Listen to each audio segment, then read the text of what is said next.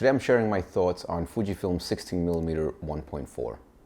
Now truthfully, the lens that I wanted was the 18mm f1.4, but while searching for a used copy of that, hopefully save a few dollars, I ended up finding a 16mm 1.4 for $500. And even though 16mm is too wide for me, I'm generally just not comfortable with something that wide. At that price, it was just kind of hard to, to pass it up. I figured it was worth a try. If I didn't like it, I could always sell it and get most of my money back, if not all my money back. And aside from the price, it fit everything else that I wanted. It was fast at 1.4, and it's got the weather resistance. So far, I've been very happy with the build of this lens. It's very solidly built. It's all metal construction as far as I can tell. It's got the weather sealing, which to me was very important in whatever wide prime that I got. I do like to shoot in bad weather, whether it's snow or rain, and I've taken this lens out quite a few times in the rain, and it's gotten soaked pretty much. I don't know if that was too smart on my behalf, but in any case, I'm glad to say that it's held up well. I haven't had any issues with it. So that weather sealing, yeah, Fuji did a great job on that. It does have this clutch here for manual focusing. It's not something that I use very often, but it's nice that it's there. The other thing, I guess, that would be my only complaint about this lens, and I suppose it has to do with build quality, perhaps, is the aperturing. I find it way too loose, and I'm constantly bumping it out of place. So it's, yeah, when I use this lens, I constantly have to remind myself to check that I am at the right aperture, or at the aperture that I want to be at. Unlike my 23 f2, my 50 f2, where they just have the right amount of resistance that they don't get easily moved out of place.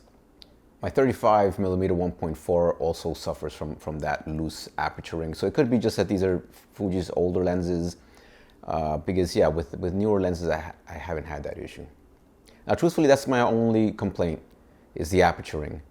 The other truth is that this isn't going to be a very unbiased video. I do have a special place in my heart for Fujifilm. I own an A7R4 that's shooting me right now. I also own an A7S3. Two full-frame cameras that, in my opinion, are much more capable than my Fuji cameras are, in whether it's autofocusing, dynamic range, low light capabilities. Yet I always, 9 out of 10 times, I grab for my Fujifilm. I just enjoy shooting it better, even if it's sometimes a little bit frustrating, with the autofocusing mostly, and with the high ISO limitations. Now, I've mostly been using this lens for street photography and for personal use, family gatherings, that sort of thing. And so as far as autofocusing, I'm limiting it to that. I don't shoot any action or anything like that. In any case, I've been very happy actually with the autofocusing. It's not maybe as snappy as my 23 f2 is, or the 50 f2, but it's more than just good enough. Again, no complaints when it comes to autofocusing, even at very close distances. That's another thing that I do like about this lens, is its ability to focus in very close. Now, that's nothing too uncommon for, I think, for wide lenses, prime lenses. I know the Sony 24mm f1.4 that I own also is able to focus in pretty close. But in any case, I do enjoy that. It's not something that I use too often. It's not quite full macro shots. Yeah, but I do enjoy it. You can get kind of fun, creative shots with it. It's nice for pets, to get in real close and just, really fill the frame with that, or with people as well. Now, again, this isn't a full review. We're not going to be doing any charts. I'm not going to be doing any close-ups of corners or anything like that. What I can say about the image quality is it's basically that I'm very happy with it. It's sharp all around.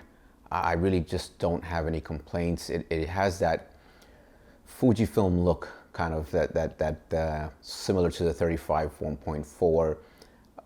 Contrast, colors, I'm just loving it. I'm not talking about film simulations when I say the Fujifilm look. I do shoot often in classic chrome, and sometimes I'll use the JPEG, but 9 out of 10 times I'm processing the RAW files. Now for the past perhaps 2 months, I've had this lens pretty much glued to my X-T4, and I've been using it, like I said, almost exclusively. I've gotten a lot more comfortable with it, with the 16mm, just it being so wide. From 16 to 18 is not that much of a difference just in terms of numbers, but to me it is that little bit of, that little bit I'm just more comfortable with. That being said, I'm so happy with this lens that there is no urgency to get the 18mm anymore. Again, even though that's the one that I originally wanted, especially at the price, I feel like it would be foolish to get rid of it, even if I do get the 18mm at some point. And I'm sure I will, just because I want to compare. But yeah, definitely not an urgency. I have no regrets buying this lens. As far as fitting that wide fast prime that I wanted, it's done the job perfectly. I've been enjoying it so much, actually, that to be honest, I can't believe I'm saying this, but I'm considering getting another 16mm lens, which is the 2.8. I really like how wide it is. I know I just said I don't like, but for like personal use, family, that sort of thing, it's nice that you can get that across the restaurant table sort of shots. It really works well for that sort of thing. And the 16mm, I mean the 16 2.8 is much lighter and smaller.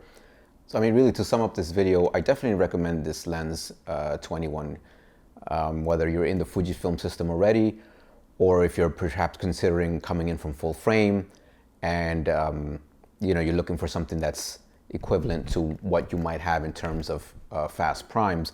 That being said, if you're already in a full frame system and you're considering going to APS-C for Fuji, because it's smaller, lighter, that sort of thing, keep in mind that while this isn't a huge lens, or really all that heavy, it's not small or light compared to its full frame equivalents. I mean, this setup here, the X-T4 with the 16mm, compared to the A7R4 with the 24 1.4, which would be their equivalents in terms of field of view, it's not really that much lighter or smaller. So I would say, that's the only thing I would say to keep in mind. So I think that's it for this video. It's just a quick short video, giving my thoughts, sharing my opinions, my experience with it. Again, very happy with it. I definitely recommend it. So I'm going to finish this video off by sharing a few more photos. Some of them are very high ISO. So yeah, some of them are pretty gritty looking, and I don't do much in terms of noise correction when it comes to processing my pictures. So yeah, that's it for this video. Thanks for watching, and I'll see you guys next time.